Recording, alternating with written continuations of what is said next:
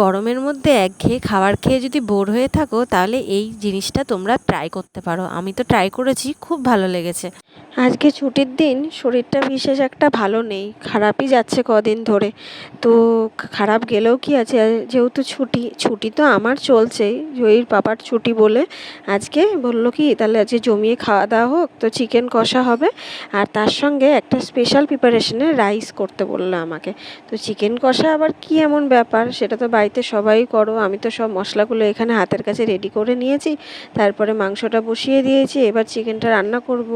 এই যে কষা মোটামুটি হয়েই গেছে, ফুটে গিয়ে একটু ভালো করে সেদ্ধ হলে এটা নামিয়ে নিব। কিন্তু আজকের মেন অ্যাট্রাকশনটাই হলো সেই রাইসটা নিয়ে যত কাণ্ড, মানে যত পরিকল্পনা। তো এখানে বাসমতি রাইস এখানে ভিজিয়ে রেখে দিয়েছি, এটা লংয়ের রাইস, বিরিয়ানির চাল বলতে পারো। আর নিয়েছি এখানে একটা পাতিলেবু আর কারি পাতা। কিছু কারি পাতাগুলো আমাদের বাড়ির গাছ থেকেই পেরেছি, আমাদের বাড়িতে কারি পাতা গাছও আছে, তো ফ্রেশ পেরে নিয়েছি। আর আমার এই প্রথম এই প্রিপারেশনটা করা, এর আগে কোনো দিন করিনি, আজকেই প্রথমবার ট্রাই করব।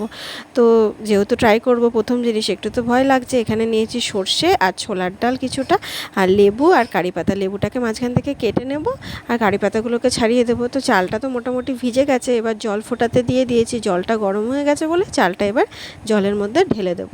তো চালটা যতক্ষণে সেদ্ধ হচ্ছে আমি চালটা দিয়ে একটু বাইরে যাই, কারণ অনেকক্ষণ গরমে কাজ করছি, শরীরটা কেমন অস্বস্তি করছে, আর ঠান্ডা লেগে গেলে একটু বেশি গরম লাগে না। তো দেখি এখানে গাছের আম কিছু পাড়া আছে, গাছ থেকে আম পড়েছে, গাছের আমগুলো টুপটাপ করে পড়েই যাচ্ছে। ঝড় বৃষ্টি হচ্ছে এখন, প্রতিদিনই প্রায় সন্ধ্যেবেলার দিকে ঝড় হচ্ছে, আর গাছ থেকে আমগুলো ধূপধাপ করে নিচে পড়ে। দেখো গাছে আমগুলো হয়েছে, কয়েকটা পেকেও গেছে হালকা হালকা।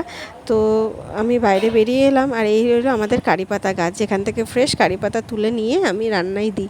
সেটা যে কোনো রান্না হতে পারে, ধোসার ভিতরের মশলা বলো বা অন্য কিছু।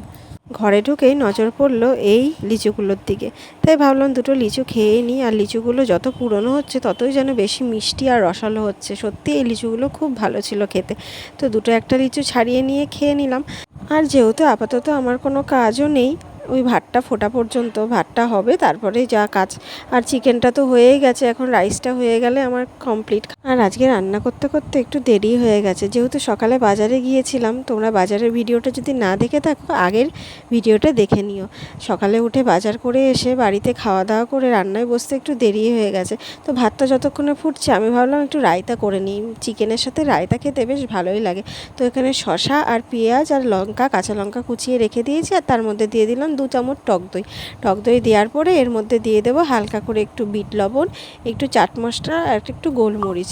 আর রায়তা দিয়ে একটু মাংস খেতে ভালোই লাগে। তোমাদের কি মতামত অবশ্যই কিন্তু জানিও, চিকেনের সাথে রায়তা তোমাদের ভালো লাগে কি ভালো লাগে না? আমি তো বিরিয়ানি ছাড়াও যে সময় চিকেন করি, চিকেন কষা, আমি রায়তাটা একটু প্রেফার করি খেতে, আর ভালোও লাগে খাবার সাথে, মুখটা একটু অন্যরকম স্বাদ নিয়ে আসে রায়তা। তো এটা মিক্সড করে নিচ্ছি, কারণ এখন চাল ফুটছে, চালটা হয়ে গেলে তারপরে আমি আসল প্রিপারেশন রাখবো। তো রায়তা আমার করা কমপ্লিট, আর ওইদিকে ভাত নামানো হয়ে গেছে। তো এখানে কড়াইয়ে দিয়ে দিয়েছি প্রথমে তেল, সাদা তেলই দিয়েছি, এবং তার মধ্যে প্রথমে দিয়ে দেবো সর্ষেটা যখন ফুটতে থাকবে তখন তার মধ্যে আমি দিয়ে দেব আমার শুকনো কিছু লঙ্কা ভেঙে। আচ্ছা, তোমরা সাউথের কোন খাবারগুলো পছন্দ করো? আমার তো ধোসা খুবই ভালো লাগে, কিন্তু আমি সাম্বার পছন্দ করি না। সাম্বার যেহেতু টক হয়, আর আমার ছোটো থেকেই টকটা যেন ভালো লাগে না। সবাই বলবে যে মেয়ে মানুষ হয়ে টক পছন্দ করে না। হ্যাঁ, সত্যিই আমার টক ভালো লাগে না। শুধু এই কুলটা আমি খাই শীতকালে, যে গাছের কুল, সেই দেশি কুলগুলো আমি পছন্দ করি, কিন্তু তাছাড়া আমার কোনো টক জিনিসই তেমন ভালো লাগে না। ছোটো থেকেই আমি এরকম, আমার স্বাদটার প্রেফারেন্সটাই অন্যরকম। তো এখানে সর্ষেগুলো ফুটে যাওয়ার পরে আমি দিয়ে দিলাম শুকনো লঙ্কা কতগুলো ভেঙে। শুকনো লঙ্কাগুলো একটু ভেজে নিয়ে এর মধ্যে দিয়ে দেবো চিড়ে রাখা কাঁচা লঙ্কা, এবং তারপরে আস্তে আস্তে বাকি জিনিসগুলো দেবো। কাঁচা লঙ্কাটা দিয়ে দিলাম, এবং তার মধ্যে দিয়ে দেবো কারি পাতা দেওয়ার পরে একটু ভাজা করব। আচ্ছা, তোমরা কারা রান্নায় এক্সপেরিমেন্ট করতে ভালোবাসো আমাকে কিন্তু অবশ্যই জানিও। তো এর মধ্যে দিয়ে দিলাম এবার ওই ছোলার ডালগুলো দিয়ে দেবো। ছোলার ডালের যে নাটিনেস যখন রাইসের সঙ্গে আমাদের মুখে পড়বে তখন সেটা খুবই ভালো লাগবে। এই ছোলার ডালগুলো একটু ভাজা করে নেব, এবং তারপরে আমি দিয়ে দেব এর মধ্যে কিছু বাদাম, আমাদের চীনা বাদাম। সাউথের খাবারে ওরা কিন্তু কারি পাতা, সর্ষে আর এই ছোলার ডাল এগুলো কিন্তু ফোড়নে দেয় আর এর জন্য স্বাদটাও একটু অন্যরকম লাগে। কারি পাতার গন্ধটা তো খাবারে অন্য একটা মাত্রা নিয়ে আসে। এই কারি পাতার গন্ধ যে কোনো রান্নাতে দিলেই কিন্তু একটু অন্যরকম স্বাদ। যেহেতু আমরা এইগুলো খাবার খেতে অভ্যস্ত নই, তাই যখন আমাদের মুখে একটা অন্যরকম ফ্লেভার আসে না, তখন আমার সেটা খেতে বেশি ভালো লাগে। তো এখানে দিয়ে দিলাম বাদামগুলোকেও একটু হালকা হালকা ভেজে নেব এবং এর মধ্যে 1 চিমটে হলুদ দিয়ে দেবো। হলুদটা কিন্তু ফ্লেমটা অবশ্যই কমিয়ে দিতে হবে, নাহলে হলুদটা পুড়ে একদম বাদামি বর্ণ হয়ে যাবে। কিন্তু আমাদের রাইসটা লাগবে হলুদ রঙের, তার জন্য আমরা ফ্লেমটা কমিয়ে হলুদটা অ্যাড করব, যাতে এই হলুদটা ঠিকঠাক কালারটা নিয়ে আসে। আমার রাইসের কালারটা হলুদই যেন থাকে, দেখতে যেন সেটা লোভনীয় হয়, কোনোভাবেই ব্রাউন হয়ে যায় না।